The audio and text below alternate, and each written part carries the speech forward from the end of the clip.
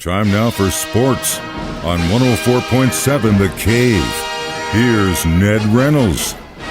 Mike the intern, Ned Reynolds in the studio on a Thursday morning. It looks like we got a little bit of the old in Missouri State for the new. Let's go through it. What are your thoughts? It is now official, and Conzo Martin will be the head coach. He'll be officially presented to the public, not that he needs to be, but that's part of the protocol, on Monday at 1 o'clock in the Prime Center over at the Great Southern Bank Arena. So Conzo will be coming back, and this meets with my approval completely. Number one, Conzo Martin, a very good coach, 14 years veteran coach. But number two, he is a throwback to the old successful days that we have here. And I really felt that was vitally necessary because they've gotten away from that.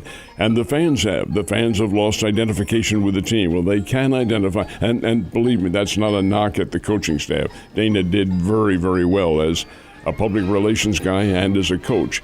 But everything comes to an end. Conzo is a throwback to those days when the crowds were big, 11,000, 10,000. Now we have 11 and 10 showing up to the games, and that just isn't acceptable. Conzo's a good guy, 14 years as a head coach, 264 career wins. He began his very first coaching job was here at Missouri State.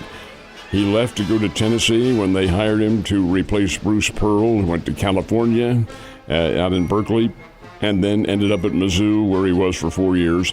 Of course, he played his basketball at Purdue. Conzo's from East St. Louis. He's from this area. Played his college basketball at Purdue, All-America there, and a little-known factoid about him, he is a cancer survivor. He had non-Hodgkin's lymphoma back 1999 and 2000. I asked him once I did his TV shows when he was down here how it affected him. He said, very tired, and then I noticed a soreness in my chest, and that's what it was, a big mass. That he's cured of it now. Non-Hodgkin's lymphoma is dangerous, but it is curable. And Conzo beat that. Good guy, has a very good concept in life, and he will do very well. It's a good thing that he's coming back. I really liked when he was here, so hopefully we can keep him a little bit longer this time. A number of Bears have declared for the transfer portal. Can they return in good standing? Well, yeah, they can if the coach wants them back. Now, they transferred these players, and it's quite a good number of them have declared for the transfer portal, but this is before Conzo was named as head coach. What he will do when he gets here, and I suspect it'll be this weekend, he'll sit down with those players, say, hey, look, this is what we're going to do. This is our concept. You want to stay in the portal? That's your call. If you want to come back, we'll review the circumstances because it is a coach's decision. Once a player goes in the transfer portal, he relinquishes his scholarship and her scholarship, because women can do it too. And their ties with the university are gone, but they can come back, and that's a coach's discretion. So we'll see what happens. Hopefully for their benefit, it works out either way, whether they want to come back or not. Pro football, when does the league play? This is the United Football League. This is the new one. This is the combination of the XFL and the United States Football League, and they begin this weekend. Now, it hasn't received, interestingly enough, a lot of publicity. That's because it's occurring with the basketball Final Four and with the Major League Baseball season opening up. But yeah, the United States Football League, or United, it's the United Football League, and it's a combination of both, the XFL division and the USFL division.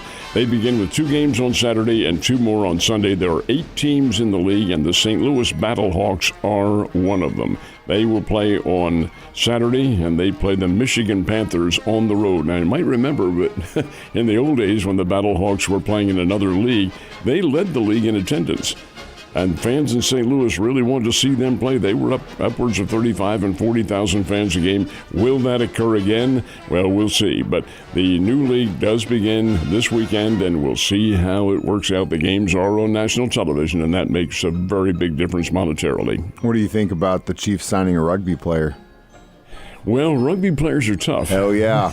I think this might be a pretty damn good sleeper move on the Chiefs. We'll see what happens. The difference is that the rugby players don't play with a lot of equipment, and in football you do. So the individual involved here is going to have to he's going to have to adjust to what it's like with a lot of padding and so forth and so on. But rugby players, they're accustomed to getting beaten up pretty good, folks, so we'll see. Rugby players are a whole different breed of animal. All Major League Baseball teams have started play at least today, but suddenly that might not be the case. No, and that's because of the blasted weather. It always gets into the way. A number of the Major League Baseball teams and games were to have been played on the East Coast, and they're having quite a bit of rain there. Philadelphia and New York already postponed their games. But what they do back there, Mike, and really a lot of teams, Cardinals do the very same thing. They built into the schedule an extra day after opening day, and that's to allow for circumstances like this.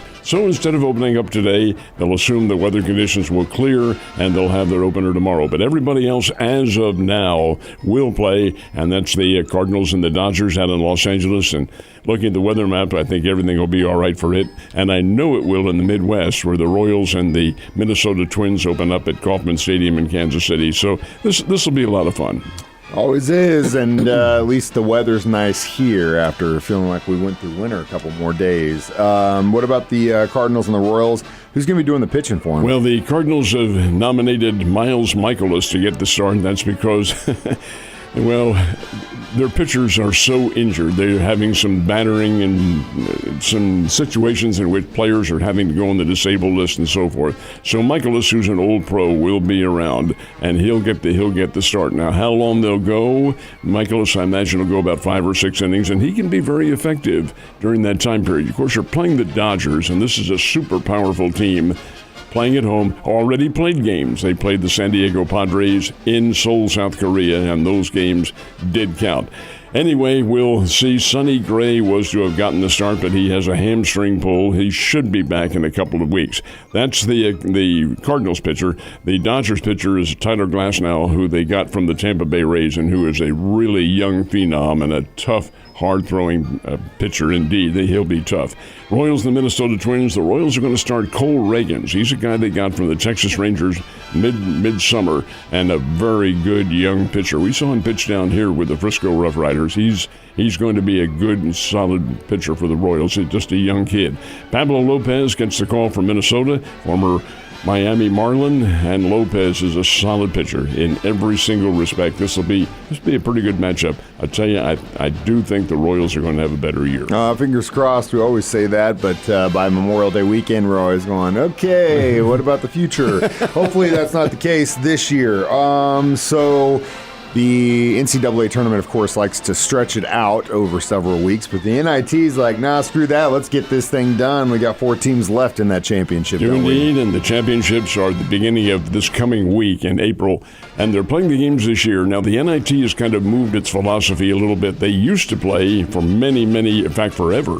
All the games, all of them were at Madison Square Garden in New York. All the teams, all 32 of them, went to Madison Square Garden. That's not the case now. They kind of vary and go to campus sites, and that started about the time the Bears got in the NIT back in the mid-1980s. Anyway, beside that, this year they have chosen the Hinkle Fieldhouse in Indianapolis to play their championship game. They and the women's WBIT, which is what the Lady Bears played in, they're going to play at Hinkle Fieldhouse as well. Hinkle Fieldhouse, Mike, may not be one of the big names, but it's one of the most historic arenas. It's in Indianapolis. It's on the campus of Butler University, and it is a throwback to the old time. It is where the movie Hoosiers was filmed. Oh, yeah. It's a big time. It's where Indiana, the state of Indiana, always had and may still have their high school championships at just a big old arena, and it's a nice place, and that's where the NIT will have it. The final 4 teams are Utah and Seton Hall. Both of those teams won last night to gain entry into the NIT final. Georgia from 2 nights ago, and the Indiana State Sycamores from the Missouri Valley Conference. All 4 of those teams, Indiana State's first-round opponent on Tuesday will be the Utes, Utah, from the late-lamented Pac-12 Conference. Hopefully they like corn on their way up to that game. Ned, you have a great day. Enjoy your corn. I'll see you tomorrow.